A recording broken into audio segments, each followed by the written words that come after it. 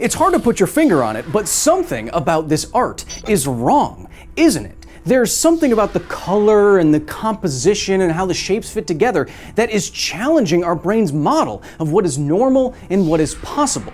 Of course, we make art like this because it's fun and interesting to be questioned in this way, which is why today we're going to be learning about these seemingly impossible structures. And then we're going to build one. Now entering the facility. About 60 years ago, a very famous American inventor and architect named Buckminster Fuller stumbled across a very curious construction by an artist at the college he was lecturing at. It looked like this, a freestanding column that didn't really look like a column at all. Fuller described it as kind of a tensional integrity, and he coined the term tensegrity. Tensegrital designs are wonderfully brain-busting. They are held together and up off the ground only through a careful balance of pushing and pulling forces. It allows for designs that are routinely called everywhere, especially on the internet, anti-gravity and impossible. But of course, they aren't impossible because today we are going to build one with pure physics alone. But before we build one, we must understand one. What are you doing? I'm being static. People tell me I move around too much in my videos, and statics is the study of forces in equilibrium, the study of not moving stuff. If any object has an unbalanced force acting upon it, then something has to be moving. Engineers use statics a lot. Wow, I do move around probably too much. Engineers use statics a lot in their designs because if you're building something like a bridge or a house, unbalanced forces can be catastrophic. Let's start with a very simple statics example. Say we have a bench-like structure sitting on the ground and we want it to be static. In math terms, we want the sum of all the forces then in each direction to equal 0. Now imagine a weight on that bench. It presses the bench down into the ground. To stay stable, each leg has to provide a reactionary force at least half of the weight in opposition, right? Engineers can start with simple diagrams like this to calculate what different structures have to handle and what materials to use and to make sure that all the forces are balanced, or else who knows what might happen. Well, that won't happen, but you get it. Now let's look at a slightly more complicated example to get closer to tensegrity. Imagine we have a pole sitting on the ground and we want it to stay upright. How do we support it? Well, we could use something like a concrete column or some steel trusses, but we could also use something a lot more efficient that's under tension instead, like a rope or some chains or some guy wires. Placed in the right orientation, the left and right forces on these wires would cancel out, as would the downward facing component of these pulling wires with the upward force from the ground.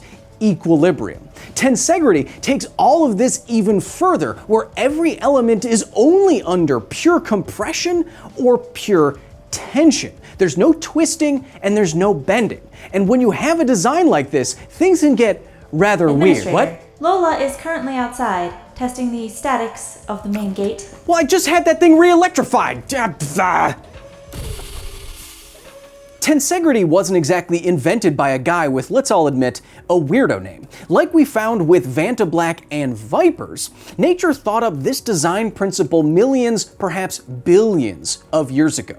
Tensegrity, as a principle, is very mechanically stable. It allows for very efficient materials and allows for the designs themselves to get stronger when outside forces are applied to them. Nature knew this and made spider silk. What you're looking at now is spider silk in the micro and the nano scale. Now see those little squares there that look like kind of lasagna? Well, those are bits of protein in compression suspended in fibers under tension. Sound familiar? It's tensegrity, scientists have found, that makes spider silk the strongest natural fiber. Studies have gone on to show that this design principle goes all the way down, fundamentally, to the level of even your cells. Tensegrity helps hold them together, and so this principle may be the unifying architecture of life as we know it. And speaking of spider silk, it's time to weave our own little web. I'm not a spider person. So let's build our own impossible tensegrity structure. Here are the building materials you will need to build along with me. Of course, we need some tools. I have a hammer, some nails, and a hacksaw that I definitely don't use for anything else. We'll also need some building materials. For the tension pieces, I am using chain because it is very easily adjustable, but you can use rope or twine. I am also using wood as my compression material, and I got these from just cutting up some wood stakes like you'd plant in your front lawn. They're very cheap. You can get them at your local hardware store, or you could use Lego or metal if you're handy, but no matter what you're using, you want 8 equal length pieces. My pieces are relatively long because I want my sculpture to be relatively large. I also have some nails, and to attach all the tension pieces to the compression pieces, I have hooks and eye bolts. No matter what you're using for these attachment pieces, you will need 8 of them.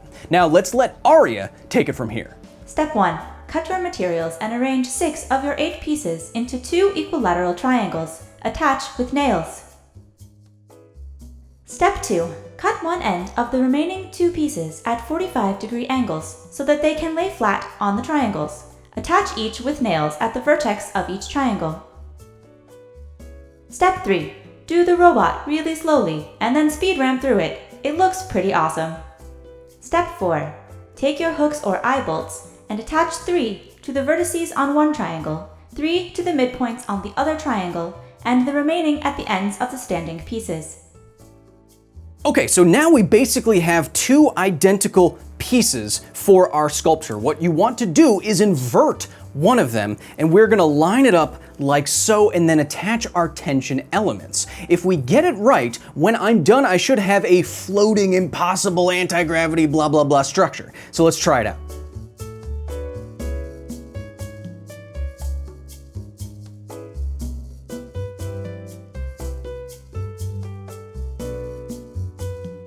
So there you have it, an impossible anti-gravity floating structure. But it's not impossible, is it? It's just a perfect balance of compression and tension forces for tensegrity. I love how it looks. You can even handle some forces on the top and shearing forces side to side without collapsing. It's awesome to look at.